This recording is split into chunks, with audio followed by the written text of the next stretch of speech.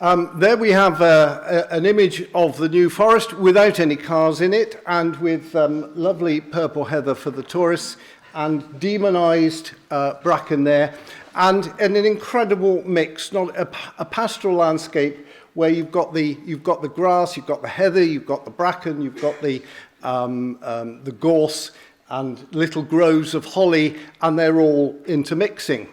And the blurb that we have for this conference emphasises that this landscape has been described as unique in Northwest Europe, and I'm not going to knock that. And if we look at this, you can see the images of, you see the outline there of the hard grazed scrub, and you've got grassland and scrub and moving up to woodland in the distance. But I think you need a double take on this, or perhaps some of you don't. If you look at the horse in the middle foreground there, you can see it's got a bell on it, and this image has been taken in the Basque country. But it's got echoes, I think, of what we have in the New Forest. And in fact, we do have a number of very large commons in Europe. The New Forest is top right there. Top left, we've got Transylvania, it's the Breite Reserve near Sighisoara in Romania.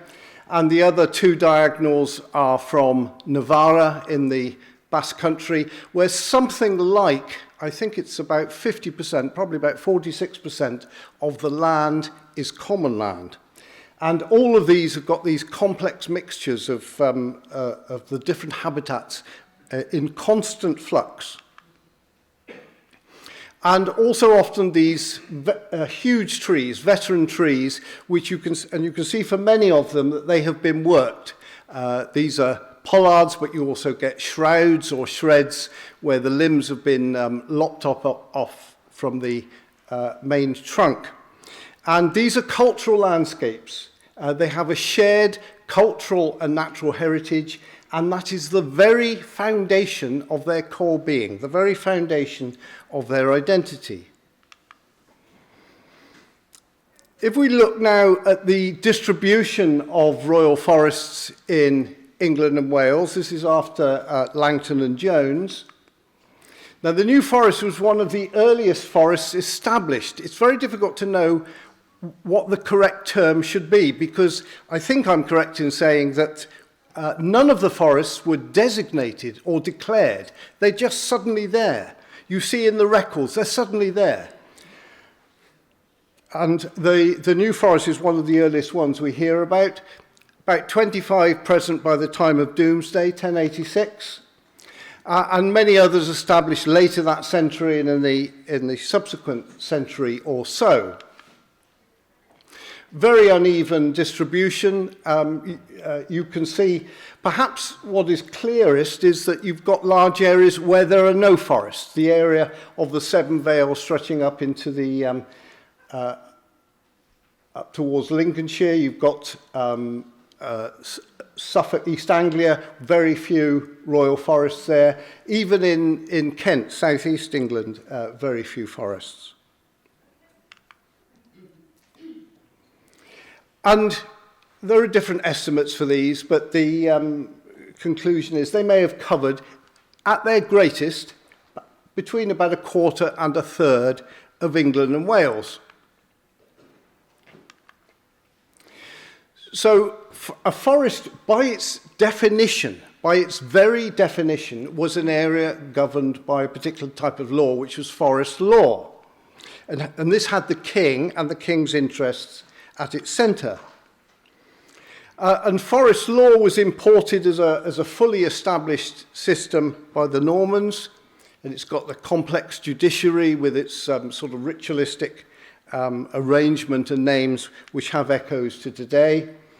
And it was originally focused on the king's own land, but there was a massive expansion of this in the 12th century to include the people's land. And of course, it included a wide range of habitats, not woodlands in the modern sense, not closed canopy in the wooden sense, but open and park-like landscapes, commons, and even an area of arable. And this presents us with a particular problem, because there were, depending on whether you're a lumper or a splitter, there could have been about 900 forests in England and Wales, and these are too extensive to hunt or even visit in a king's lifetime. So what on earth were they for? And we shouldn't kid ourselves that the forests were just about hunting, or in some cases even mainly about hunting. And the fact is that the forests could generate about half of royal income, and this was particularly important in the days before taxation. The king could demand payments for any sort of agricultural activity, any enclosure, any felling, and even through adjustment for pasturing.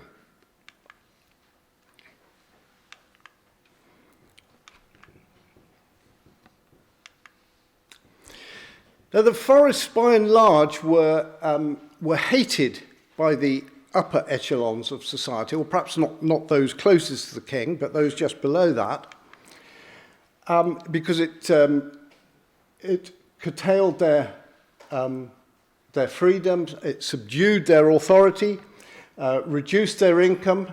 There could be the imposition of massive fines with the threat of maiming or execution. And yet the commoners, by and large, enjoyed a stronger level of protection within the forests, while they were still forests, than in manorial land. This is the distribution. I don't know whether you can pick that up in this light, but that is the distribution of the forests that we had earlier. It looks a bit faint from here. If we now superimpose where the surviving commons of England are, there is a very close link. It's a very strong, but it's an imperfect link between surviving commons and where the forests were. Some commons, of course, have descended directly from the forest era, including the one we're in. But correlation, of course, is not causation, and geology, land tenure, and a wide range of other things have had their play as to whether sites have survived or not. Now, I may have a different take on this to Richard, but I'm going to stick to my guns. The Carta de Foresta was drafted more or less alongside the Magna Carta, and it was first issued in 1217, and it was reissued over on a number of other occasions through the subsequent century. And the 1225 version emphasises that where the king afforests his own land, that means brings it within forest law, he must not interfere with common rights of any man who had a right before. So even the king was quite limited as to what he could do in a forest. And commons and common rights are, of course, often older than the royal forests. I'm going to look now at some of the characteristics of the royal forests, because there are four key characteristics of the royal forests throughout the country. Extensive lands in the hands of the king, certainly the case around here. Poor soils for agriculture. Now, by and large, if the soils were any good, that land would be divvied out to the nobles as manorial land, be run under the manorial system, probably in exchange for providing a service like military service, which was the key one. And that meant that the king had the runt, as it were, of the land left in his own hands, and by and large, that is the origin of the forests. Forests also, of course, good for deer, boar, and game. Fallow deer certainly introduced, or certainly brought over by the Romans. There's clear archaeological evidence of fallow deer having been raised in this country, but they probably never established as a wild animal, but the Normans certainly brought them over and they became fairly commonplace. Wild boar probably rarely come into our era.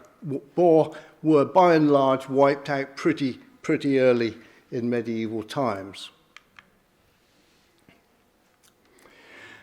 Another key characteristic, links with castles or with royal residences.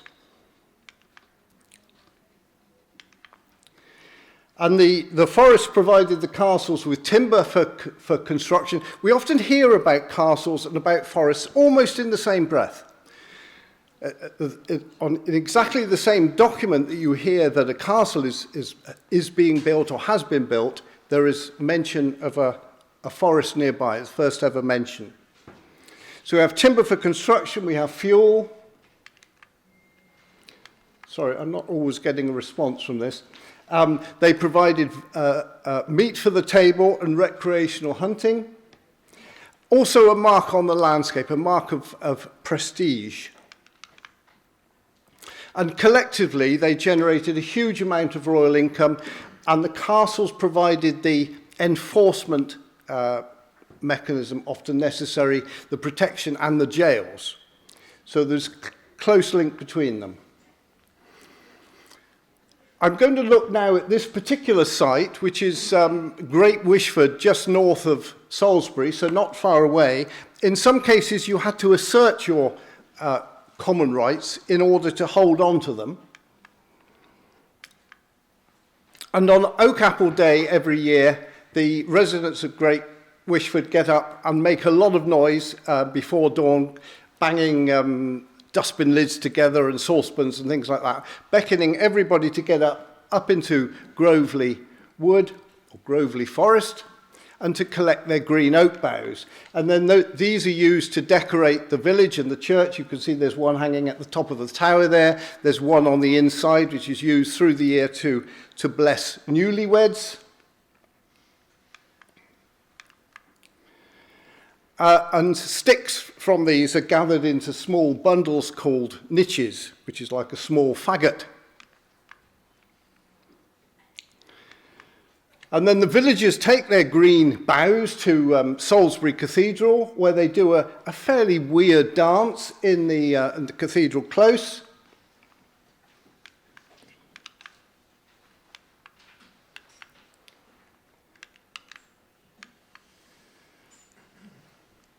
And then they go into the cathedral, they read from their charter, which gives them the right to collect these green boughs, and then they give a yell, and it is a real yell. It is worth going to see this dance and hear the sort of pagan nature of all this. They yell, "Groveley, Groveley, and all Groveley." You won't be surprised to hear they don't give a stuff for their green oak boughs on any other day of the year. Now, there are records of the custom which certainly go back to the 1500s, and these records show that these are legal rights. So we're not talking about a grant or a privilege. These are rights. The Charter emphasises that they are rights, they've ever been rights, and they ought to be rights. So those are going to be rights. But they're already of considerable antiquity, because by 1597, they're described as old, ancient customs, time out of mind.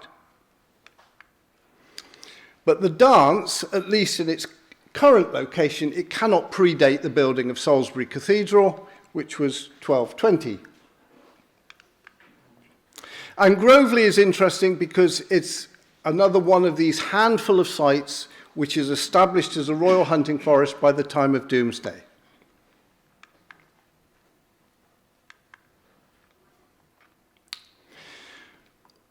Well, continuity, and that's continuity of management and continuity of habitat, is a major factor governing biodiversity.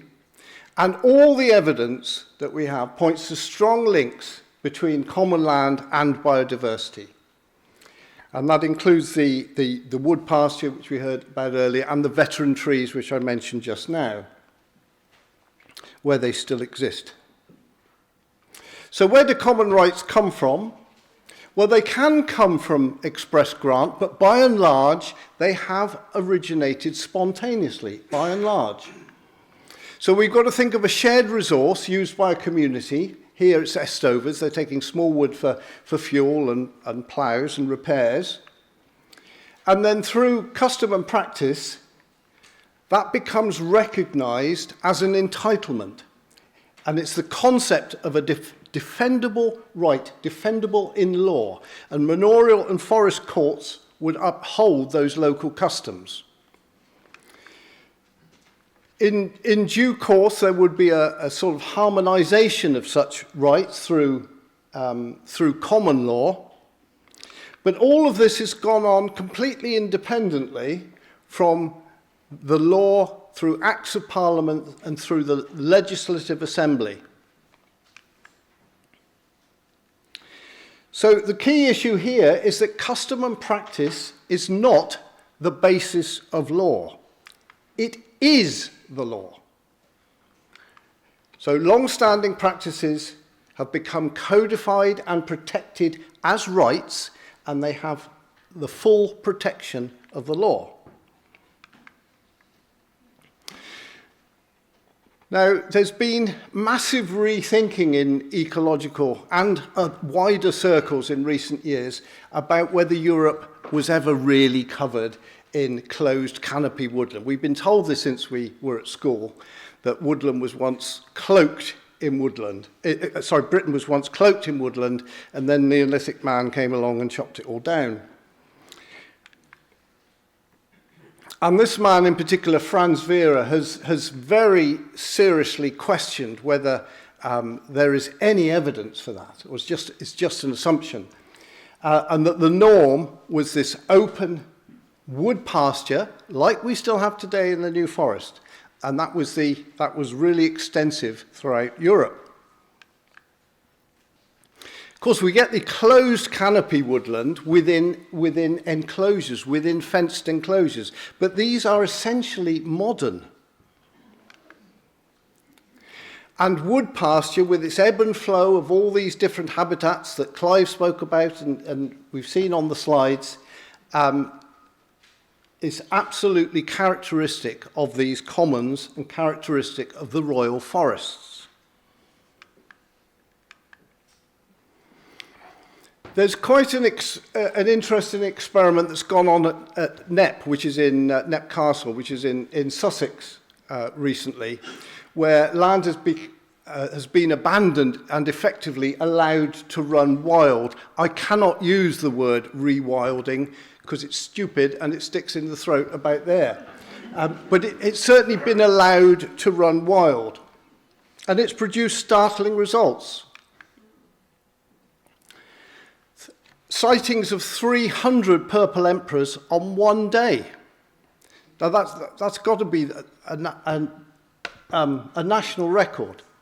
And other species like turtle doves, nightingales, which are both red-listed species, high numbers of those.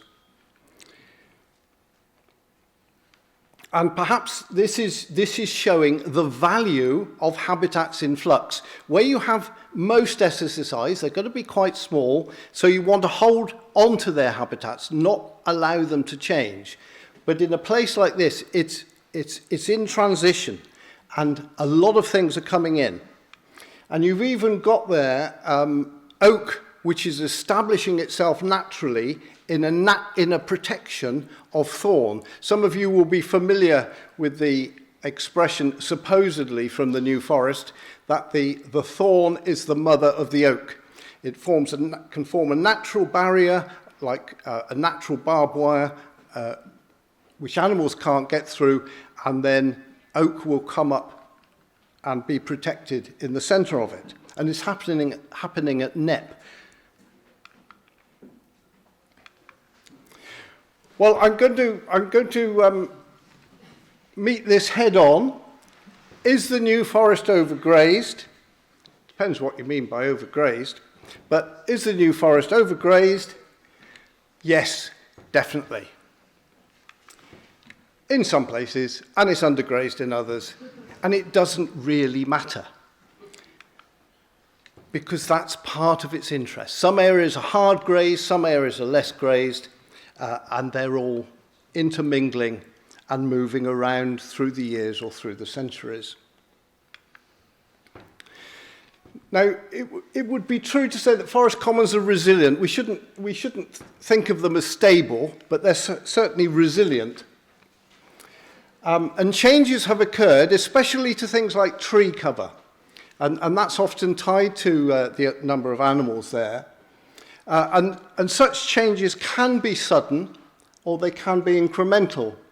And there's a couple of records here from Savernake.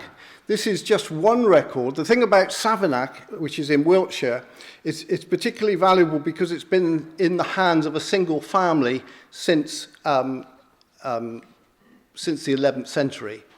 And the number of records which have survived from there are remarkable. But there's a record here of 33,000 trees being felled at times of political and military tension for working on castles at Marlborough, Newbury and Caversham in the 1200s. So that would have had a catastrophic sudden change. And then we've got incremental change where we've got adjustment records of 11,000 animals. At a time when you could graze, for the summer, for the year, you could graze 10 sheep for a penny. But the impact of all these animals in an area would have had, would have prevented regeneration and caused a gradual decline in tree cover. So in Savernake in particular, by Tudor times, we hear that much woodland has been converted to pasture.